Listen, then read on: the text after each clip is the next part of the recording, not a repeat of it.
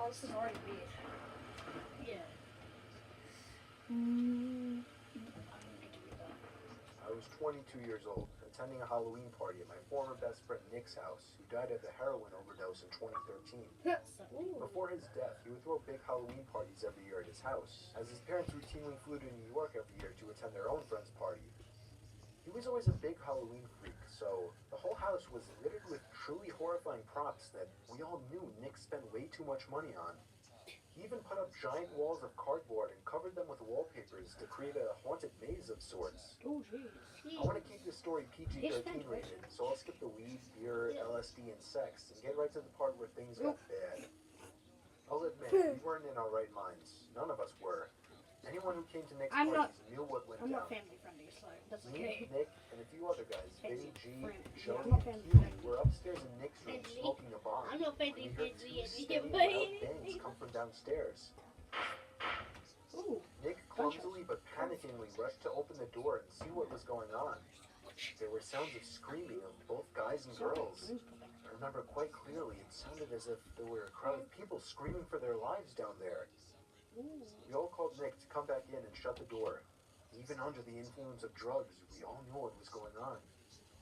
Oh, damn. Nick ran back inside and shut the door quickly but also quietly, locking it behind him.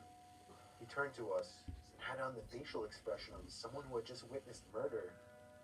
"What did you see? What's going on?" we all shouted at him. He told us to hide before anything else. We all knew why. From that point on, we didn't ask questions. Nick hid the lights and hid in the closet with Joey, while I hid under the bed with Q, and Vinny G hid in the storage box.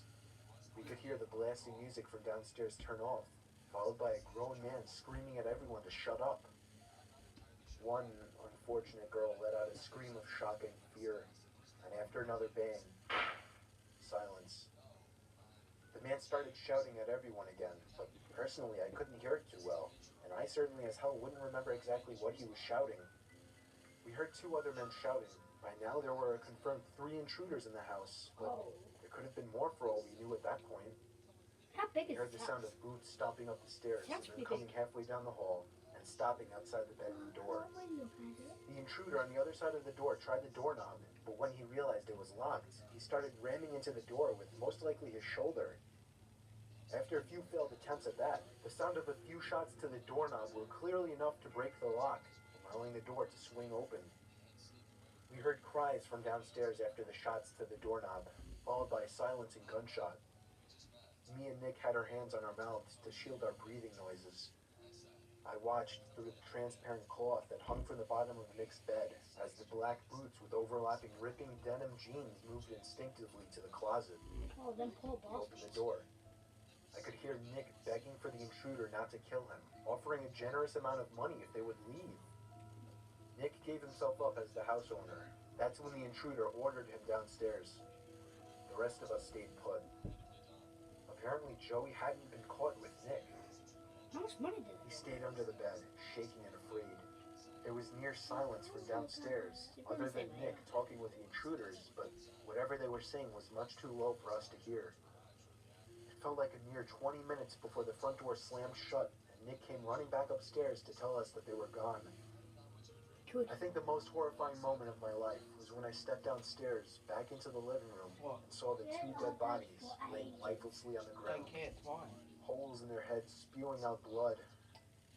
Jen and Robbie, 2 good friends that I still miss. I'll spare you the details of what happened when the police arrived, but despite the fact that the house smelled like a marijuana greenhouse, the police were more interested in finding out who the masked men were that killed 2 innocent college students.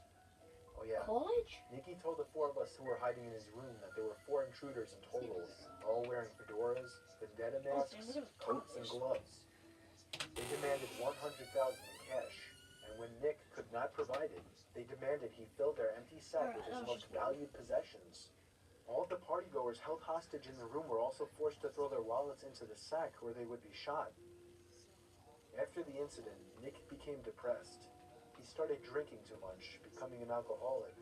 He stopped showing up to school and ultimately ended up dropping out. He started the use of heavier drugs, such as meth and heroin.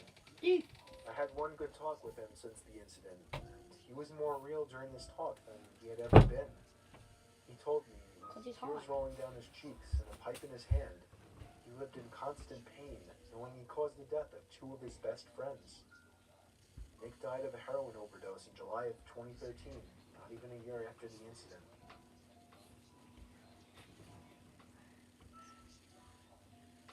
It was my first Halloween living in my own house away from my parents. I live in a small corner house with a basement but no upstairs, a house my parents paid half for. It It doesn't was mean 11 o'clock at night, and I was sitting in the living room watching scary Halloween movies when I found myself getting up to answer a knock at the door. But then I stopped and thought, who could be at the door at 11 p.m.? Surely there were no more trick-or-treaters out. I had a pretty good feeling it was a late-night Halloween ding-dong-ditcher, so I gave it a second. Then I shot a glance to the porch through the window. They were gone already. Yup, ding-dong-ditchers. I sat back down, not thinking twice about it, and again, knocking at the front door. Get lost, I yelled. I was not in the mood for punky kids. They ignored my demands and started pounding now, not just knocking. I was pissed now. I leaped up and swung the door open. No one was there once again. I slipped on my shoes and headed outside to begin searching the bushes for the kids, but there was nobody in sight. Not in the bushes, not behind my car, not across the street. I was done answering. I didn't want to feed into their fun anymore, so I went back inside, double-locked the door, and went to my bedroom, also locking that door, just to feel safer, I guess. Even over the TV, I could still hear the stupid kids pounding on my front door repeatedly. I was so close to calling the cops to get them away, but that would undoubtedly lead to my house being egged or TP'd. The pounding continued for an uncomfortably long time, more than half an hour. I thought these kids must be filming something for YouTube and were desperate for a reaction, That's what we're doing. but I wasn't going to give it to them. At some point I dozed off with the TV on, only to wake up to the knocking again. I looked at the clock. It was 2 in the fucking morning. How could those kids still be at it, I thought. I turned the TV off and sat up with my ears open. For a few moments, my heart completely stopped as I realized the knocking was not at my front door, but rather at my bedroom door. Oh shit.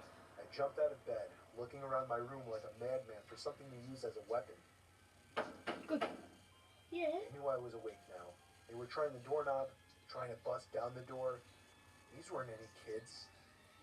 By some miracle, I came up with an idea. It was a long shot, but it was all I could think of. I turned on the receiver to my speaker system, plugged in my iPhone, brought up the YouTube app, typed in Typed in what? Oh, sorry. Welcome to KO. With over 50 Annoying. Here. 45 gunshot sound effect, turned on the volume and pressed play. That's smart. The sound of a gunshot echoed out of the speakers. It sounded real enough. I paused the video after the first shot and yelled, "That was a warning shot. Leave now or I won't hesitate to shoot you in the head." And it worked. I heard 2 pairs of footsteps stomping over my wood floors and out the front door. I gave it a moment before opening my bedroom door and peeking outside. They were gone, but the front door was left wide open. Oh I shit. quickly shut it, called the police. Bolted. That's where my Fuck, story this is a ended. madman. Like, forget it. Alright, new story. Let's go. Yeah.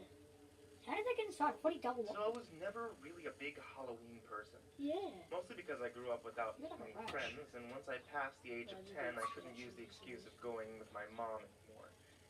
And it's not like I had friends to go with. So this last Halloween, I was 14 years old. And I do have a little sister who's only 8. So my mom went trick-or-treating with her. My one really good friend, Steve, already had plans, and I didn't want to impose. So it didn't seem like I'd be trick-or-treating this year. I felt a tiny part of me explode with happiness on the inside when my mom asked me to stay home and hand out candy. Now I felt like I had a job to do that didn't involve me trick-or-treating alone like a loser. My mom left with my sister at about 6 o'clock, about an hour after she got home from work. She told me to expect her back around 9. So I was relaxing on the couch in the living room, watching the Scary Movie Marathon on AMC, and occasionally answering the door to give candy to the kiddies. And while doing that, the kitchen phone began to ring. What time is it? I remember the ringer was set so loud it actually made me jump. I picked up the phone, and the other end remained silent, except for a bit of fumbling and background noise. Sounds you'd expect when somebody's holding a phone. I think I said hello about 5 times before the person on the other end hung up. I just knew it was somebody pulling a Halloween prank call on me. Oh, it's just your What else could I do but ignore it? Yeah. That worked well enough for the next few minutes, watching TV, answering the phone until the phone rang again. Same unknown number coming up on the caller ID. I wanted to see where this was going, Unplug your phone. so I picked it up once more.